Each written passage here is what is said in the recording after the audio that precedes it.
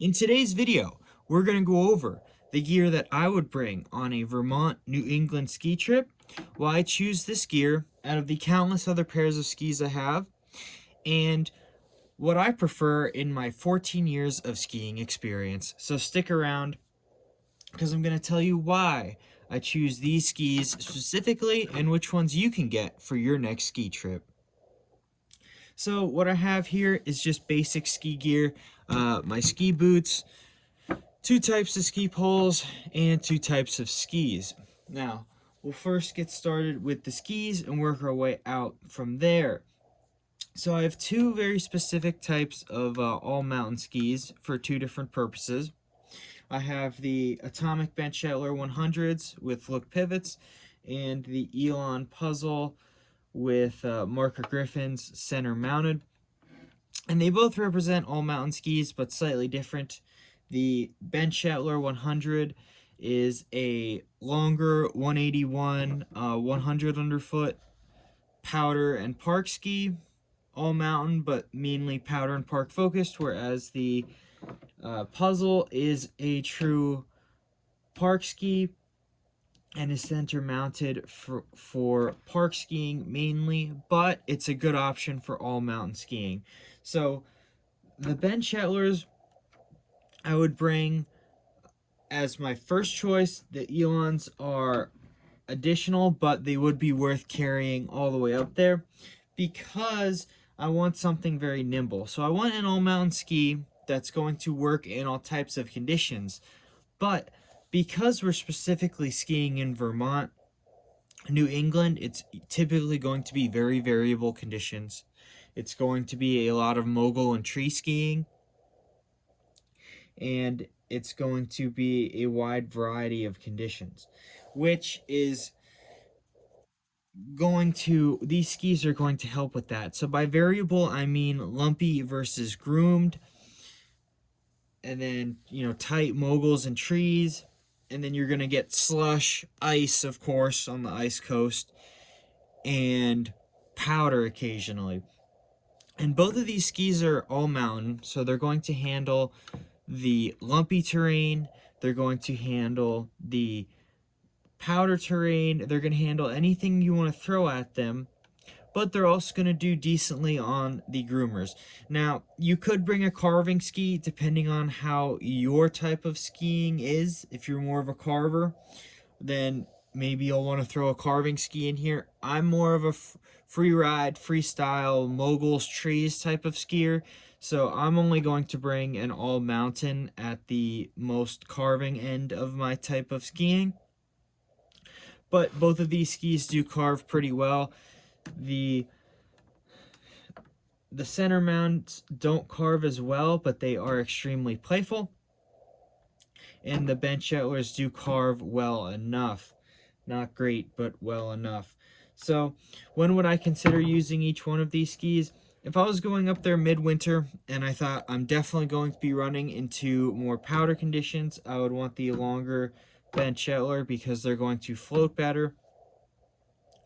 If I was skiing in the spring or early season where it's going to be mostly groomers, I would choose or I thought there was no snow coming, I would probably take up the Elon Puzzles, just because I would much prefer this smaller, more nimble, more playful ski in Vermont, especially on groomer terrain, because you're going to have a lot more fun with that.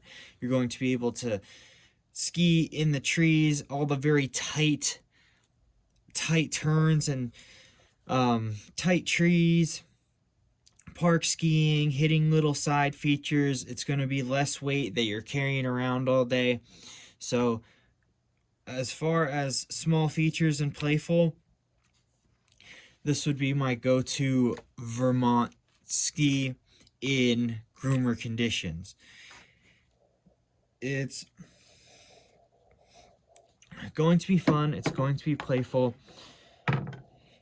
and you can hit the park with it all day, you can hit free ride with it all day, but you can still cruise with it, go fast with it, do groomers with it, and if you get some powder snow, in Vermont, it's typically not going to be very deep in New England, unless you're doing backcountry or maybe some other type of Mount Mansfield, or you just get really lucky. But even in that, this type of um, mid-length twin tip all mountain ski is going to do just fine up there, in my opinion. Now, if you are dead set on seeking out good snow, then maybe you do want to bring this powder ski with you. And the powder ski does have several advantages. First of all, it's a wider ski, and a wider ski is a lot better for going through slush, crud, and any type of soft snow. It's going to be a bit easier on your knees. The flexible tips on this ski are going to eat the chatter a bit more. And the longer length's going to help you just cruise down the slope at a little bit higher speeds and be able to take long arcing carves down a bigger mountain. So that's the compare and contrast, and you're going to lose on the powder ski. You're going to lose a little bit of quickness in the turns. You're going to lose a little bit of stiffness and a bit of playfulness, as these guys are going to be made to float and to take bigger turns in general. So that would be why I would pick one of these two skis, but both of them I would take any day. The Ben Shettlers work amazingly well in all conditions, and so do the park skis, except maybe in really icy conditions. And in icy conditions, like very icy, neither one of these skis are going to be my first choice. I'd consider renting like a carving ski if we got like freezing rain for a day or two or something like that, because then it got really icy, because both of these skis have a lot of rocker and they're not going to bite in the ice very well. So I would have a better time on carving skis, unless you stick to maybe a really well-groomed park. But besides that, these guys would be my all-arounder choice. So now you know why I chose these two skis. Let's move on to the difference of the bindings. The Look Pivots I like as a more responsive binding and a better releasing binding, but the Marker Griffins are probably easier to use. They have, from my experience, they're easier to use. They always clip in. We never have any issues with them clipping in, especially in fresh snow or sticky, sloppy snow conditions. Whereas the Look Pivots can be a little bit difficult to clip into them correctly. You always have to clear all the snow off and make sure they're seated correctly, whereas the Marker Griffins, they just pop in and go. So that's another thing to consider, especially on your skill level. If you're an intermediate or a beginner, you may have a lot more trouble in the fresher snow conditions. You might not be used to that if you're coming from any of the more southern states, or maybe you just haven't seen snow as much this year. So keep that in mind. Typically, you want to know when you're planning the trip. It will help you tremendously. And typically in Vermont, early season is going to be mostly groomers. You're not going to get much snow, and the trees in backcountry have not filled in. If you go mid-season, it's usually like end of January and all of February. It's going to be pretty cold, and early March. It's going to be cold and snowy, and you should have pretty soft, pretty mixed conditions with the possibility for fresh powder. And once you get into March and April and beyond, then in the Northeast, you will typically get either killer snowstorms or slush, and you can get ice. You could get melt, thaw, refreeze ice. which makes for tricky situations. So we're going to go through the different scenarios. In early season, you're not going to get as much ice. Usually you can get freeze thaw, but typically it's more ice. So if I had more hard pack skiing with little chance for tree skiing and little chance for powder skiing, I would take the Elons, ideally, my park ski, my shorter 171 twin tip here, just because it'll be more playful, probably spend more time in the park, and if we do get that snowstorm coming through, I can still capitalize on that plenty well with these. I don't think I'm going to be getting too deep or backcountry or anything. Mid-season, all day, I am taking the Ben Shellers just for ease on my legs, ease on my knees, and being able to get in the trees and really take advantage of all that fresh snow. And now late season, like March, I would probably take the Ben Shellers because the bigger ski is going to help with slush, and it's going to help with those early season conditions, or late season conditions, whether it be fresh snow, slush, or crud, frozen, lumpy stuff. These guys are going to absorb it a bit better because it's a longer ski, 181 with a flexible tip that's just going to absorb everything. So ski choice can make or break a ski trip. That's my opinion for any type of free ride, off terrain, or anything other than carving.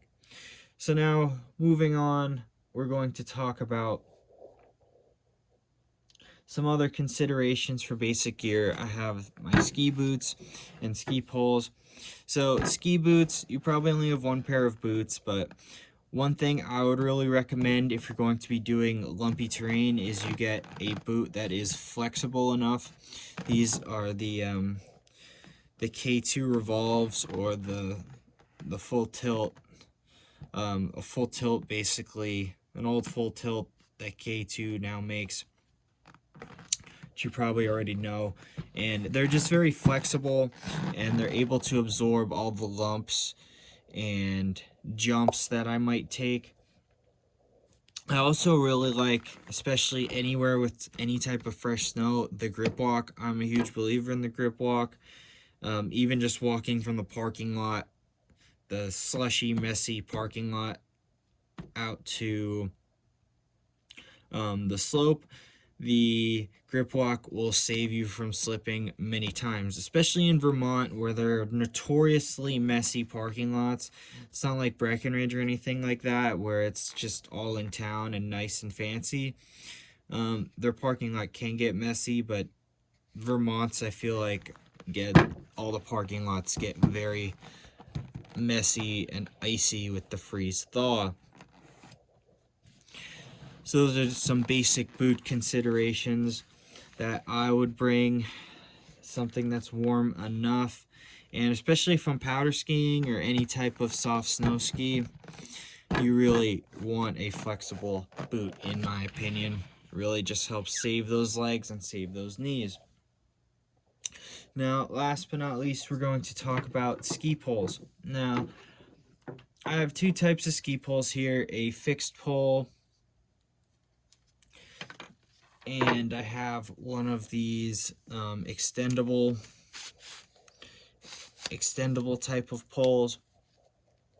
And what they're good for is if you're going to be doing any type of fresh snow skiing, or even slush, I would recommend the extendable poles. If you're going early season and you just expect to ski, around groomers and only groom terrain, or not much off trail, off piste terrain, then the straight poles are fine. But I do prefer the extendable poles because, especially in powder days, you're probably going to get stuck somewhere. Or in the spring when it's really slushy and you have to do a lot of traverses. These extendable poles are going to be a lifesaver to help you get across flat sections. For instance, at Killington, if you wanted to go,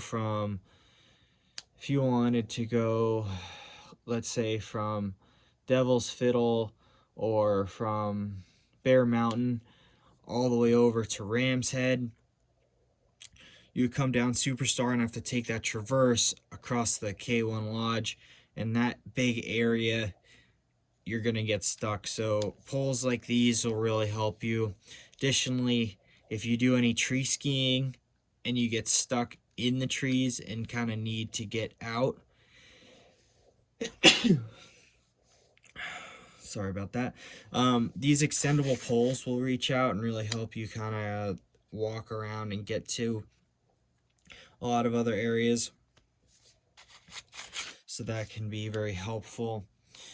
Same with these foregrips here, just help you stick the pole in varied terrain. Now, something minor detail that's important are the baskets. So when you're going skiing, is going to be important of what kind of baskets you want. If you're doing fresh powder skiing, or you think you're going to have soft snow or slushy conditions, something that you're going to sink into, you're going to probably want one of these snowflake baskets or a bigger basket to help give you support and lift. Whereas if you're just doing run-of-the-mill groomers and park, one of these small baskets is totally fine because you're not going to need that extra float. One big downside to these guys, though, is that these larger baskets are likely to get caught when skiing the trees. So that's a major consideration. So that's the basics of the gear, why I bring it. My favorite time is to visit in either January, February, or March, depending on what you're going for. December can be nice, but it gets very crowded up there, especially with the holiday season. And January, February, you're typically getting a lot more trails open. You're getting a lot more fresh snow. You're getting colder, more consistent temperatures. March, you're going to get a mix. March can be a grab bag of either lots of storms, or it could be starting to get warm, especially later in March. And spring skiing in Vermont and the Northeast is pretty awesome too. You're going to be getting slush days, probably ice in the morning and then slush in the evening, or you're going to be getting heavy snowstorms that kind of typically they'll roll in on, let's just say, the beginning of the week. Not always, but let's just say they'll roll in on one day, and then you'll get a powder day, then the next day it'll kind of turn to slush, and then by the third day all the fresh snow is ruined, and then it starts icing over on the fourth day, and then the fifth day it turns into straight ice in the morning, and in the evening or later in the day it'll turn into slush and be an awesome soft slush day. They'll typically turn into moguls just about everywhere. So you can tailor your skiing to your conditions. This is just what I typically take and what I enjoy for my type of tree skiing, all mountain skiing, free ride, and a little bit of park. And like I said, if you're going to be doing a lot of all mountain skiing, you'll probably want a bigger, easier ski to ski on. Something that's a little more rear mounted, and something that has a bit of flex in the tip that's a little bit longer and a little bit wider.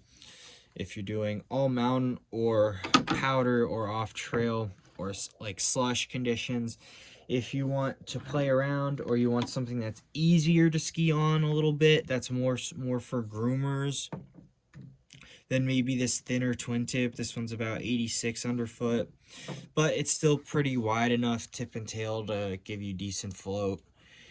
And it's just a smaller, lighter ski that's more maneuverable, and it's a lot more playful and nimble. So it's very fun, especially in Vermont with side booters everywhere, with little tree features, tree skiing, tight moguls, park skiing, places to butter and just jib little things. So it's a great ski, and as you can see, it's got some pretty good shovels up top. It's got it's not as stiff or as flexible, but it's got some flex in the tip and tail. It's a rather soft ski, and it's gonna be really great and fun up there.